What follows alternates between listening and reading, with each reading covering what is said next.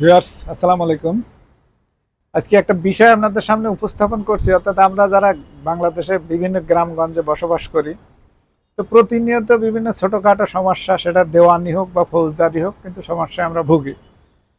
তো অনেক সময় অনেকের আর্থিক সংকট বা বিভিন্ন কারণে হয়তো আমরা মামলা মোকদ্দমায় যেতে পারি না, যেতে চাই না। তো সেই ক্ষেত্রে আপনার অল্প খরচে, অর্থাৎ 10 থেকে 20 টাকার মধ্যে আপনি একটা মামলা করবেন এবং উত্তম সমাধান পাবেন, সেই পথটা আমি বলে দিচ্ছি। অর্থাৎ গ্রাম আদালত বলে বাংলাদেশে একটা আদালত আছে, যেটা একটা প্রচলিত আইনে চলে।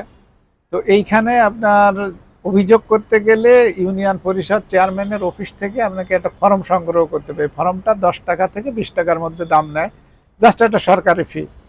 এটা ফর্মটা পূরণ করে আপনি আপনার নিজের বিস্তারিত বর্ণনা লিখবেন, যার বিরুদ্ধে আপনি অভিযোগ করতেছেন তার বিস্তারিত বর্ণনা লিখবেন, তার নাম, পিতার নাম, তার মোবাইল নাম্বার, তার এনআইডি নাম্বার। এরপরে হলো আপনি 2জন সাক্ষীর নাম দিবেন, যারা আপনার এই ঘটনা, যে বিষয়ে আপনি কথা বলতেছেন সেই বিষয়টা তারা যেন জানে শোনে, এরকম 2জন সাক্ষীর নাম দিলেন। এবং সর্বশেষে কলামে আপনি লিখবেন যে কি বিষয়ে আপনি প্রতিকার চাচ্ছেন চেয়ারম্যানের কাছে, অর্থাৎ আপনি যে মামলাটা করবেন সেটা কি বিষয়, সেই কেটে সংক্ষেপে একটা কথা লিখবেন। এইটা অভিযোগটা আপনি দায়ের করার পরে চেয়ারম্যান সাহেব একটা বোর্ড গঠন করে। এই বোর্ডে 5 জন সদস্য থাকে, তার ভিতর 2জন আপনার পক্ষের স্থানীয় প্রতিনিধি হতে পারে বা গণ্যমান্য ব্যক্তি হতে পারে, যেটা আপনি নির্বাচিত করবেন। যার বিরুদ্ধে আপনি অভিযোগ করছেন তার 2জন লোক থাকবে এবং চেয়ারম্যান মহোদয় সভাপতি থাকবে। তো এইটা করার পরে তারা 30 থেকে 60 দিনের ভিতরে আপনার বাদীকে ডাকবে, বিবাদীকে ডাকবে, সাক্ষীকে ডাকবে, ডেকে এটার একটা আদালতের মতো একটা রায় দিবে। এই রায়টা কিন্তু যার প্রতি দিবে সে মানতে বাধ্য। এবং রায়টা দেওয়ার কথা, ওই যে 5 জন সদস্য বিশিষ্ট যে আদালত গঠন করে, এই 5 জন সদস্য আদালতের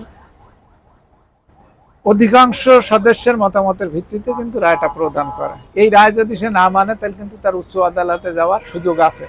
তো বাংলাদেশে গ্রামগঞ্জে আমরা প্রতিনিয়ত আপনারা যে ধরনের সমস্যা ফিল করেন, অনেকে হয়তো জানেন না যে এই আদালতটা আছে বা তারা বিচার করতে পারে। তো এইখানে কিন্তু আপনি প্রতিকার চাইতে পারেন এবং খুব অল্প খরচে, অল্প সময়ে, বিনা ঝামেলায় কিন্তু এই সহজ সমাধান পেতে পারেন। কি কি বিষয় সমাধান? যেমন দেওয়ানি আদালত বিষয়ে সমাধান হতে পারে, সেটা হলো আপনার জমি জমার ছোটখাটো বিরোধ, সীমানা নিয়ে বিরোধ, এরপরে জমির দখল পাচ্ছেন না, এই ধরনের সমস্যা। ফৌজদারি হলো ছোটখাটো মারামারি, সাধারণ জখম। তারপর কারো কাছে পাওনা টাকা, এই টাকার পরিমাণটা কিন্তু 75,000 টাকার নিচে হতে হবে, উপরে না।